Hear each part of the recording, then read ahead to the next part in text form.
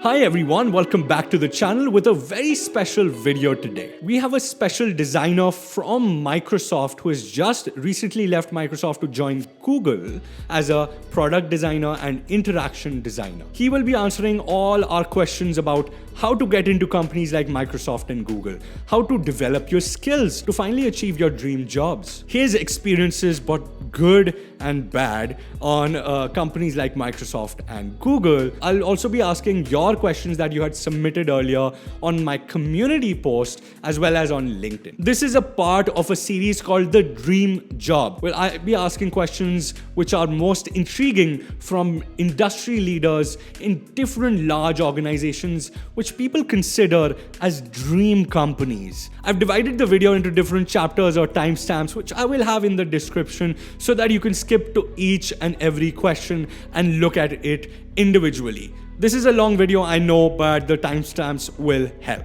We're gonna do two things today. I'm just gonna let the audience know. First of all, you're gonna answer certain questions that I have. Start off with my questions, and then I'm gonna ask you audience questions. And these are gonna be tricky. So, the first question that I have is, I saw on your LinkedIn profile that you don't have a proper design degree. Based on that, have you ever had any issues? Being someone who doesn't have a design degree myself, I've always seen that one line on a lot of job portals saying, we prefer NIFT graduates or people with design degree. And Google and Microsoft have been a culprit of this as well, because they've added this on a lot of job portals and platforms as well. So what has your experience been with that? Yeah, definitely. I think I've seen a lot of job postings who specifically need people with design degrees. But I was kind of fortunate because I did my internship at a company called Bank of New York, Bank of New York Mellon. It's called BNY Mellon in Chennai. And so I was doing my internship in Java, so development, because I was a BTech information technology graduate. So I was obviously doing a developer role there. So I was doing my internship, and then there was a team called UX, and then they were like kind of wanting some interns to be recruited and trained. So that was the huge twist in my whole life. So because I was super bad at coding, I did not really like coding at all. It was just very tiresome. So in internship, I used to kind of stretch till 2 a.m. in the morning, and still I couldn't figure out what to do with the application. And also, so they asked me to do a heuristic evaluation of the IRCTC website. So I did not even know what's a heuristic evaluation.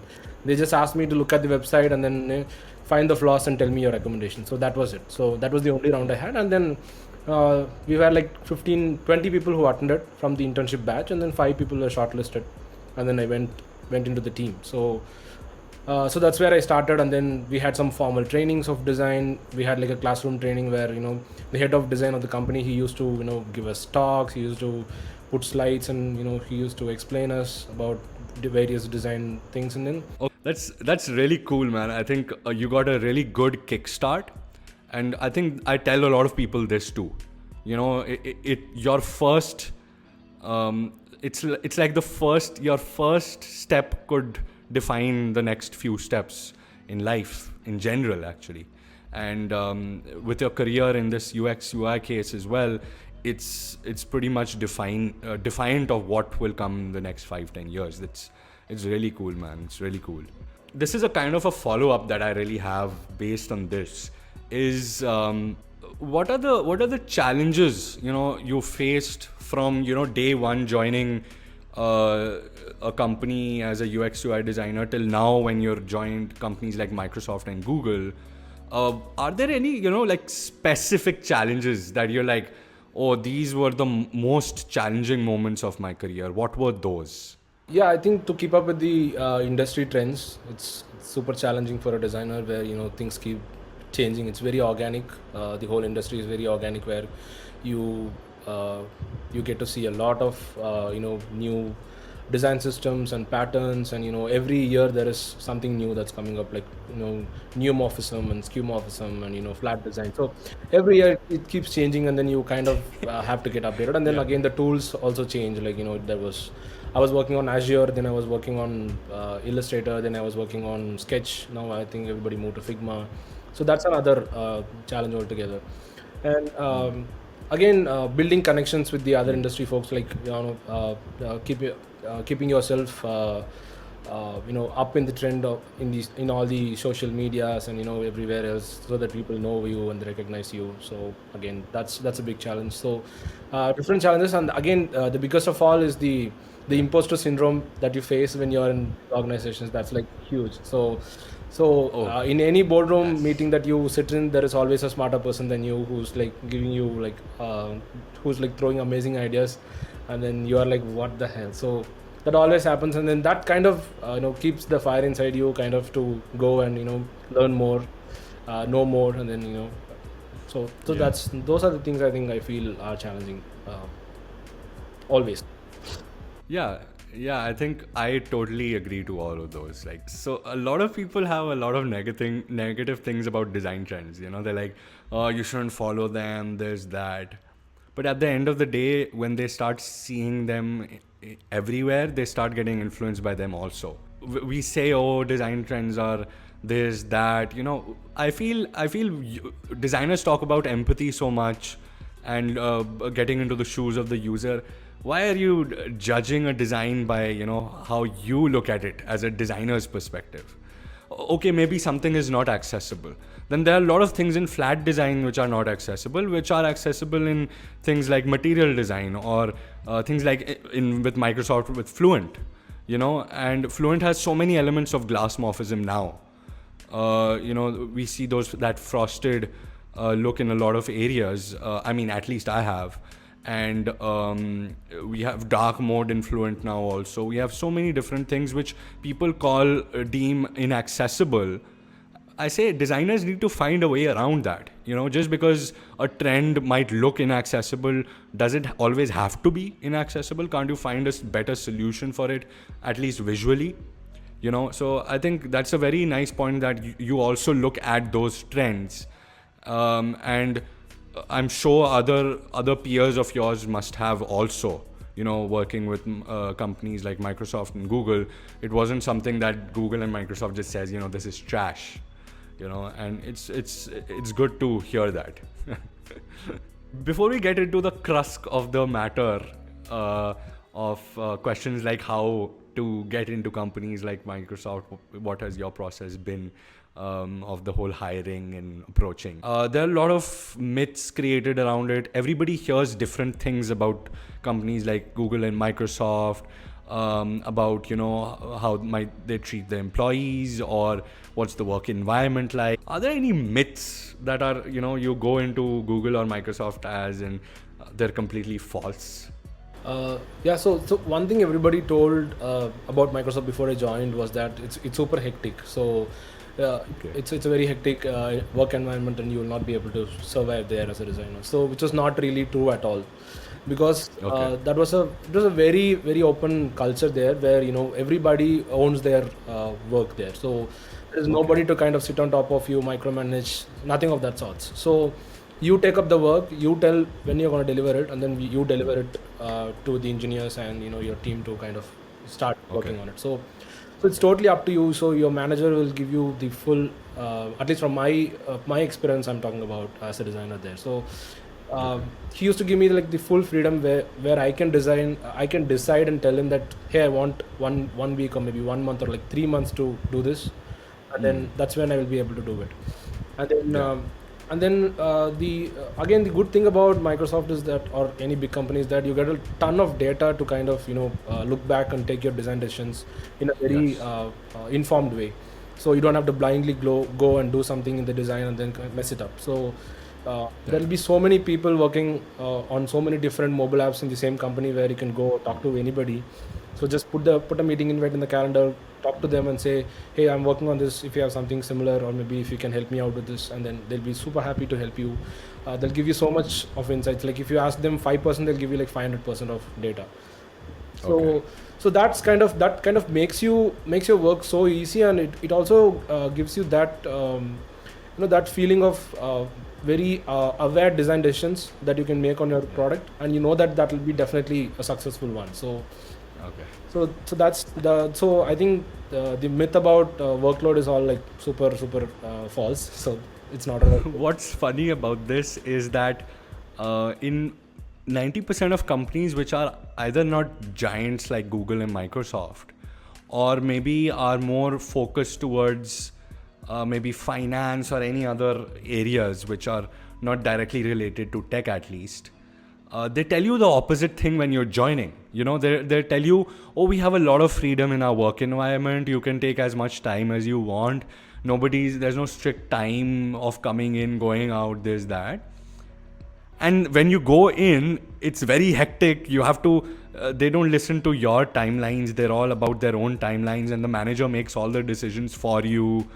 So this is very interesting that people in Microsoft tell you that it's very hectic and it's the opposite. And I think it so I totally think depends on manager and your team and your product. So Yeah. so there would be definitely pros and cons in every team. But I think mostly the people whom I worked with, like the engineers and the project managers whom I worked with across all the products, I think they are super flexible. Engineering managers are like super friendly. They're like adore the designers a lot. So they are like they keep praising you a lot for your designs, and that kind of keeps you so warm and welcome, Yeah. even to talk to the engineers. So and so that's, I think that's all, might be like the 20% or maybe 10% of the crowd there, which usually happens in all the companies. Not, it could be Facebook app, anywhere else. Of course. I'm sure I'm gonna now get into the crust of the matter. You know, like we're gonna try and take out as much juice from you as possible.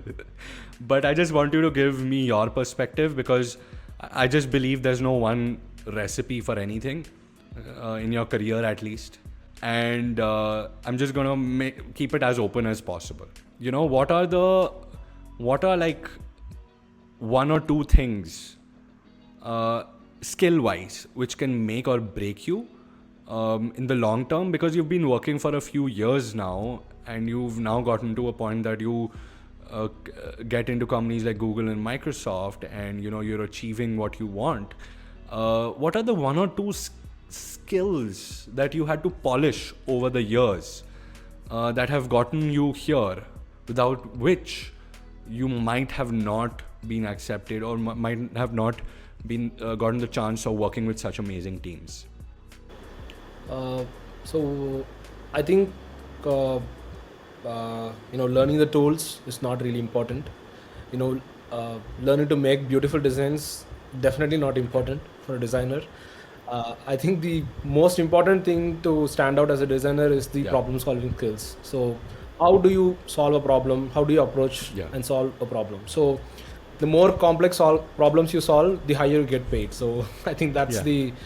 that's the formula. So if you're solving very complex problems in a very nicer and easier and simpler ways, so that's how you grow, and then that's how you will be evaluated as a designer. So and then the second part is how do you market yourself. So so you may have done like a crappy project in your past, but how do you market that as a good thing in your portfolio?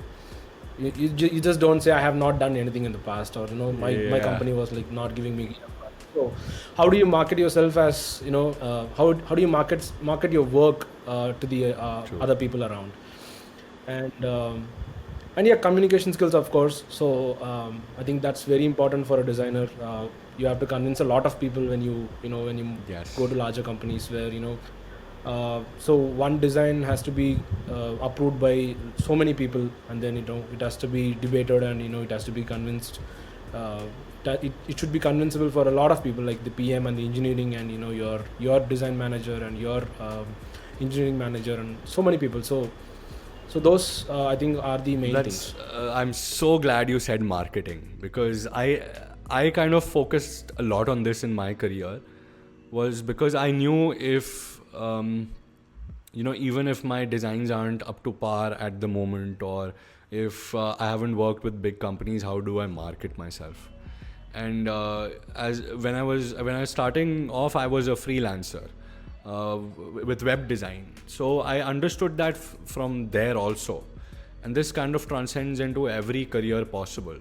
And marketing is, in my opinion, is one of the most important skills, because with marketing you can prove that you're something which I'm not saying people should do this, but you can lie very confidently and get away with it. I mean, I'm not saying you should, but I'm just saying that's the power of marketing. I think people should watch this movie called, I think it's called Catch Me If You Can. And he kind of travels with flights and airlines. What's the name of the actor? I'm forgetting. Yeah, Leonardo DiCaprio. And it was a fantastic movie on marketing in general. Because he marketed himself as a pilot and he got away with it. So I think that's very important. Thanks for that point. So I'm going to pick up questions from the audience now, which are now going to be related to things like portfolio and stuff like that.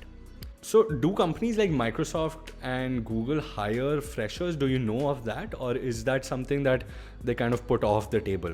They aren't interested in? Microsoft does campus hiring definitely. They do go to colleges and they hire from elite design colleges. Okay. So that's for sure. I know that.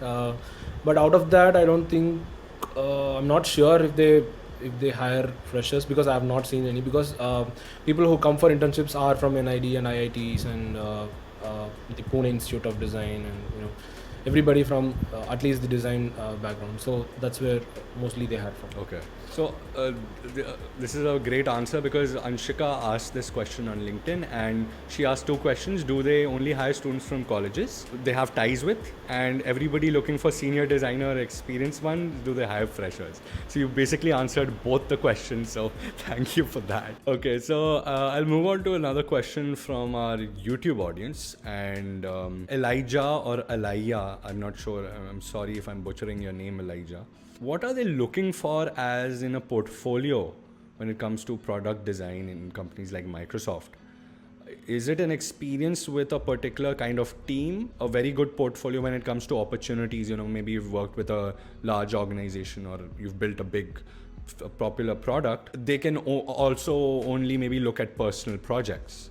If you have done one project with a big company or a medium-sized company and all the other projects are personal, what would what is your take on that, and what are the keys that they look at when it comes to a portfolio?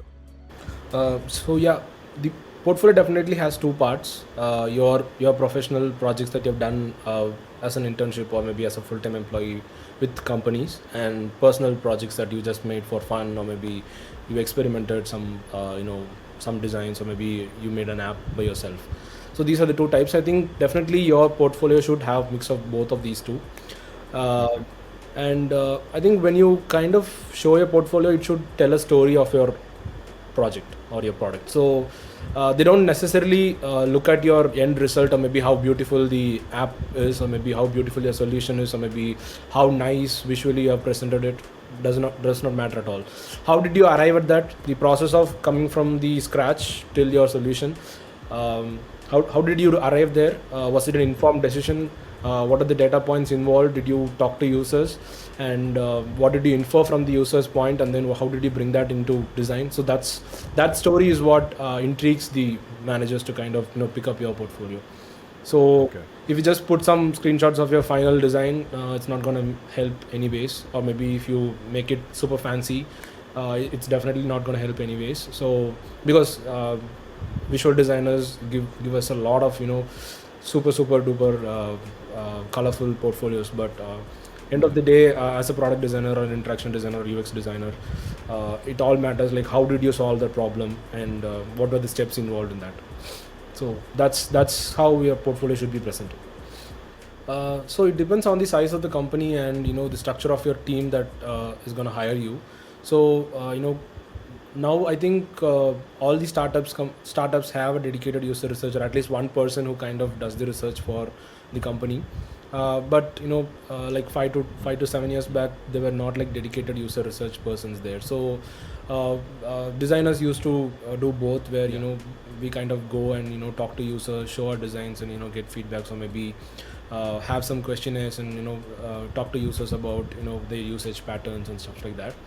I think it's always good to know like larger companies definitely have a dedicated user researcher whom you will be partnering for, from the start of the project till the end. So they'll be kind of helping you with all the data points. They'll help you, frame the questionnaires, conduct interviews. They'll kind of really help you a lot in the whole process. But smaller companies might not really have that. So when you are kind of working on such companies, I think it definitely it would really help if you take the initiative and you kind of maybe send a questionnaire to people out there, or maybe even just show your app or your product to your mom and dad or your relatives. Just get them the feedback, like what do you think, just see and tell me what do you think. Do you understand the wordings? Do you understand what this flow is about? So I think that's all matters, at least if you don't have the researcher in hand. So somebody's asked, this is very Microsoft related, is Sheikh Soeb on YouTube asks, if we use design systems like Microsoft Fluent, then how do we make creative and useful design? Maybe what I interpret this question is how do you kind of tweak the design system to kind of follow what you are going to make, or how much flexibility does a designer have when using something like Fluent? Yeah, I think even I had this question before joining Microsoft. So I had a different perspective about design systems. But the thing is that design system is very organic. It keeps changing. It keeps evolving. And, there is a dedicated team that kind of keeps, improving the design system every day. So what we see in public is not what we are using internally. So we have a lot of things going on. It's a lot of evolved designs that we see internally, but what we release it for public is something that's very concrete and something that's very tested and we are very firm about. And designers have like the full they have the full freedom to kind of suggest anything new to the design systems team. So the all that you have to do is take up your scenario that is not fitting into any of your design system components.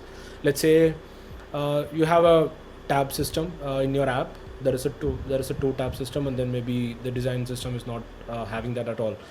You can just very well make a presentation, just say that, hey, this is my app, this is the scenario, and the design system doesn't have this, and I'm proposing this element. So the only thing that the design system team might ask you is to show it in different versions. Like, is it scalable? Is it fitting all the purposes? Is it dark mode accessible? It is normally accessible, and does it comply with all the compliances that we follow? Is it okay to use the same thing in the tablet? Is it okay? How do you expand it on desktop? So yeah, just make a proposal, present it, and then they'll be very happy to take it up. So the design freedom is always there, and how you want to solve the problem is totally up to the designer. You don't necessarily have to stick to the design system at all. That's cool, man. I like how flexible things can be. Especially when you have everything in place, you're not just making assumptions, and you're not that. I think this is a lot of designers make this mistake, is they come into something or they make decisions based on assumptions, be it assumptions on data, be it assumptions on as you say, said compliance, compliance with accessibility and things like that. So somebody's asked, this is something that a lot of people do ask in general, is Shrey Bhagat asks on YouTube, how to ask for referrals. How does the referral system kind of work with companies like Microsoft? Because what I assume, or what I think, is that companies like Microsoft and Google do definitely, kind of look at referrals a little at a higher level, or maybe give a little more importance to them, especially if they are good and are coming from a good source. Is there a certain process? Did you use referrals by any chance? So a previous employee of Freshworks who moved to Microsoft referred me, and then I got the interview call there. So I think referrals are super powerful. Definitely try to use them, but make sure the cold emails that you send are properly properly written, and then you have adequate details in that. You just don't say hey on LinkedIn and then just disappear until the other person replies you. So that's not the way to approach. Just have unless you're like a very in-demand superstar designer, and you're like yo, this is my LinkedIn. Yeah, that's it. I'm just gonna go.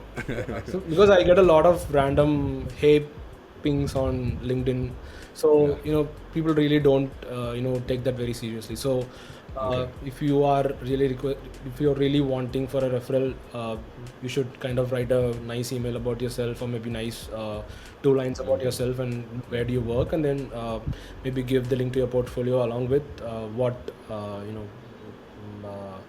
what position you want us to refer you to. So that's all we want, and then we'll definitely, because we also get benefited, we get the referral bonus, bonuses and stuff. Yeah. so we'll be very happy to. So you do that proves that Microsoft Yes. and Google employees do check their like either emails or LinkedIn's in places. like Yes, that. yes, definitely, yeah. Okay. So what are the first one line they should write? Because on LinkedIn and even on email, you get like a little preview of the body of the message. What is that like first line which catches your eyes, or is just like I'm looking out for a referral? What kind of wordings? No, The first one line. I particularly don't. It's not like a dating website where you'll have to do.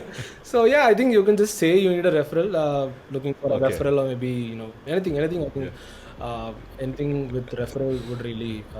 Okay. And And I think just avoid the hey and highs. So I think that's Okay. that's the big turn off where Get straight to the point and be yeah, professional. I think. yeah. So that's pretty much. Not a dating website. Yeah. Looking for pickup lines. Acha, quick question. Mahesh Sridhar asks, what are the primary tools used at Microsoft? And now, since you moved to Google, what are the tools that the team is working with? Because of course, collaboration is a thing. So you're probably using a certain tool, and this would be, if you can tell me. I mean, because I'm I not know, sure. yeah. So I think apart from the mails and the chat, I think the designers predominantly use Figma, both in Okay. Microsoft and Google. So A year or two ago, the answer would have been Sketch, Sketch, but well, Sketch, I mean, it's time to wake up. Hello. so Sketch was kind of getting complicated, where you'll have to design in Sketch, maintain your design systems in Abstract, and kind of hand over it in Zeppelin. Yes. So it's kind of That is something that I saw with Figma in the initial days also. Yeah. They started with co-editing also. yeah. The experience in Sketch with so-called co-editing is not very streamlined. It's still far behind. If somebody submitted who was skilled, who had the background, who had the uh, experience, who had everything you needed, Yeah. and he came at a time when you needed that the most, would the resume even matter? Or is it that hiring managers at Microsoft and Google are like, oh, we'll just look at the LinkedIn? What's that first impression kind of resume or LinkedIn thing? Resume is always your the face of the candidate, definitely. Yeah. So I always had a very simple resume, like a one pager. So and it doesn't matter how fancy your resume is, it doesn't matter. Yeah. But what you put there, how do you market yourself again, is what matters. So definitely, you need to include like the most crisp two-liners in each company that what you did in each company. I think it's the best content writing you should ever do. So it should be like very crisp, not more than 4 lines, but it should Yeah. definitely tell you the value of what did you do in the company. It's not like I worked on blah blah stuff. So it says Yeah. I did this and so this happened. So it's like It kind of judges your UX writing skills in a way. But yeah, exactly. You should say that because I did this, or maybe because of my product, so and so revenue happened, or maybe my rating, Yeah. the App Store rating got increased, or maybe the customer satisfaction index increased, or maybe I reduced the bounce rate, or whatever it could be. So make sure that the 4 lines are kind of telling you the 2 years of work that you did in the company. It's not like you Yeah. just did this or that. So Yeah. so That's interesting. That's very interesting. So the last question, you want to add something? yeah, and then try to in your initial stages of your career, like the first 3 years, try to write a lot of blogs, or maybe do a lot of conferences, talkings, make yourself visible and available in all your in all the platforms. So I did that. So I personally did that. So and then it kind of started slowing down as my career grew. So I think that should not be the case. I'm not Yeah, of definitely course. advising that. You should. Consistency is So key. and again, people keep asking me, how do you write these articles and how did you write? So that's I did not do anything like groundbreaking or maybe like the Einstein's inventions. Huh? So I just read a lot of articles and then write my perspective about the topic. So it's that's all it takes, and then make sure you put it somewhere somewhere visible maybe in LinkedIn or maybe in your Medium. Maybe create an account in Medium, and then UX Collective is a nice community where they give you kind of the author role where you can post your articles, and you get good views. So yeah, just make sure you build all your resources well in the first 3 or 4 years, so which kind of makes you visible in the community.